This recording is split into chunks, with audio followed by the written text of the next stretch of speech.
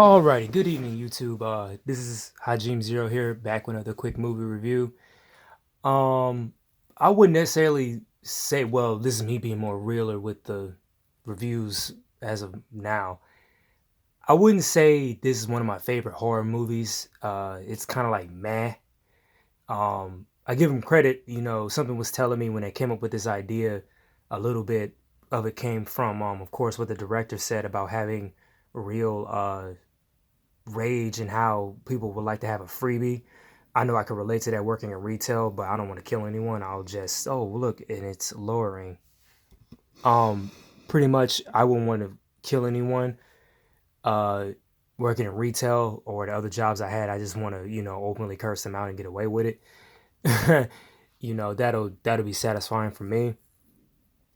And this thing is lowering again.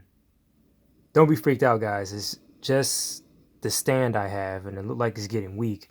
Hopefully, you can still hear me. But anyway, pretty much, uh, the concept, I think it came from The Strangers, and of course, what dude said. I think he told his wife about having real aggression, to get a freebie and killing someone, or just really really being aggressive with someone one day.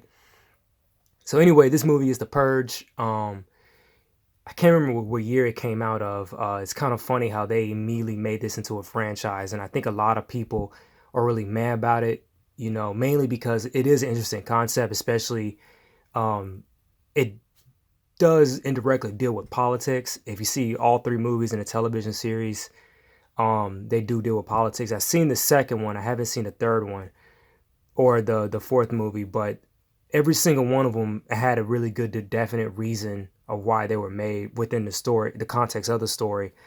The only difference that I would have done all four movies, or even three, well, the first three, I would have done pretty much it all would have happened on the same night. If you see the sequel, it's pretty much, a year after this film. But pretty much The Purge is, if you guys don't know, a lot of you do. Um, Pretty much in America, uh, since people, and it's parallel to our reality, since a lot of violence is going around one night a year, the government had initiated where all crime, including murder, is legal. So people just go really crazy at it. And in the movie, they were stating that gun sales were very up, security systems were up, and that's pretty much the whole movie. Well, the rich family's trying to survive a night when the kid accidentally lets one of the strangers in, and that's pretty much the whole movie. Ethan Hawke is in this. That chick from Game of Thrones is in this, and even the guy that plays the bloody stranger.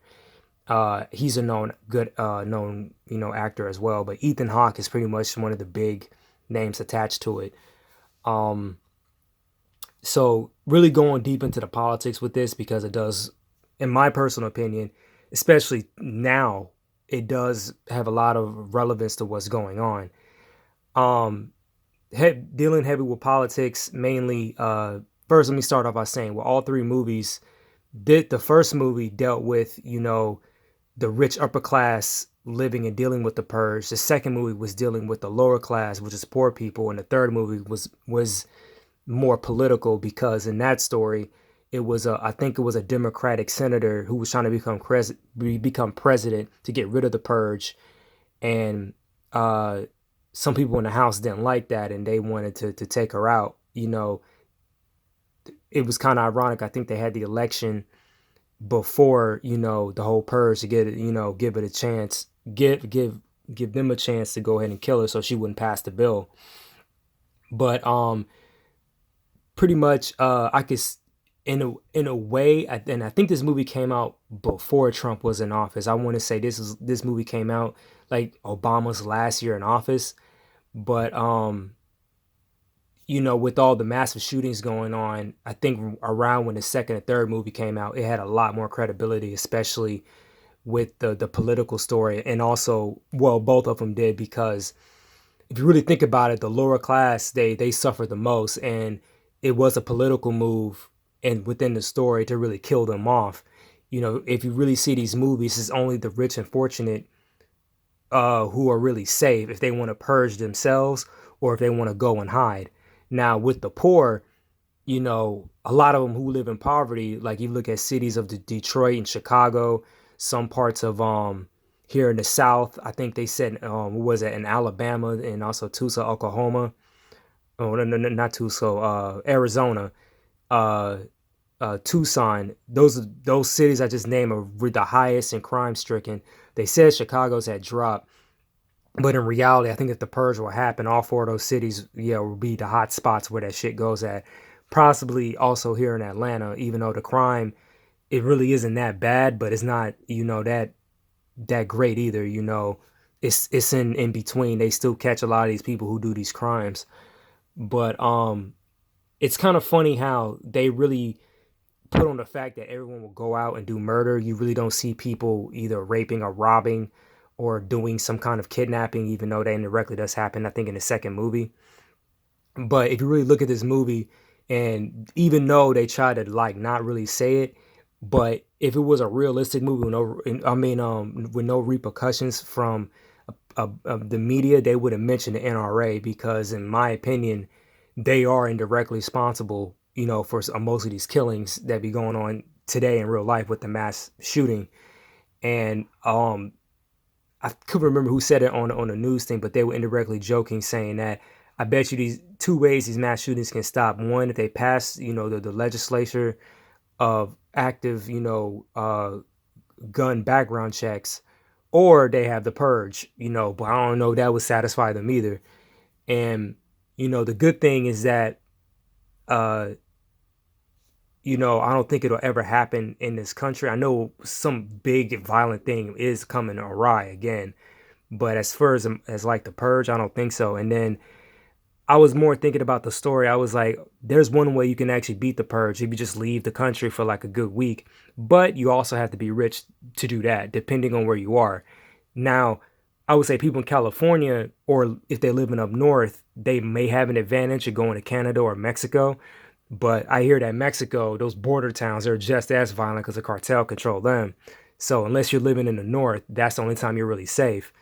Either drive up there, which I don't know how many people can if they can afford that, but people who live like in Chicago, Detroit, right where it's border where Canada is at, I think that's where you can be safe at. And it's shocking that, that was kind of a plot hole, but if you really think about it, not really, because not that the poor, they still don't have that advantage. And this movie was an interesting metaphor really on our politics even before Donald Trump came into office. And I think if you see, ironically, the fourth movie, which is the very first purge that happened, and in their advertisement, they ironically used that red hat, but they didn't put the Make America Great Again, but everybody knew what it was. And that's pretty much I have to say. I'm tripping over my words. Like I said, this movie was very interesting. It did have a lot of good references to the Charles Manson murders. The strangers that show up, they're dressed like the killers that killed Sharon Tate and people at the house. And some of the other notes of the followers. And a good thing, it also gave the audience a really, really good think of how, an additional thinking of how well do you really know your neighbors, because the twist of the movie, the neighbors really wanted to kill the main, characters in the movie the entire time. Apparently they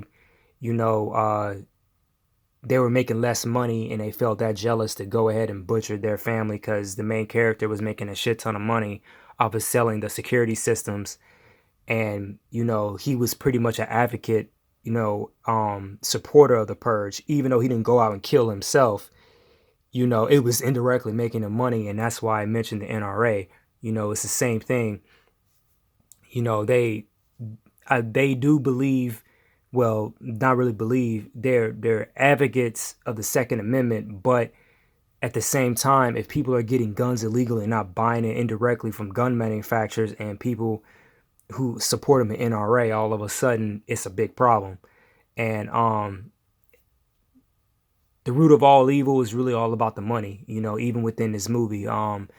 Of course, there are other people here on YouTube who review this movie and they give a deeper analysis. Off the top of my head, I really can't remember because I watched a few of them a long time ago. This one's just mine. You can go ahead.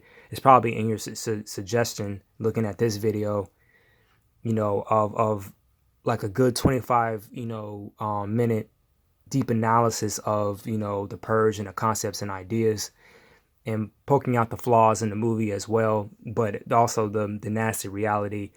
To me, this movie was really, uh, I don't know what's the word for satire, but when it's not making fun of something, it's kind of more serious in the context. Even comic books do that too. Of course, Civil War, Captain America Civil War comes to mind. Democrats versus Republicans, the haves and the have-nots. Um, and yeah, that's pretty much all I have to say. I'll see you in the next review. Sayonara.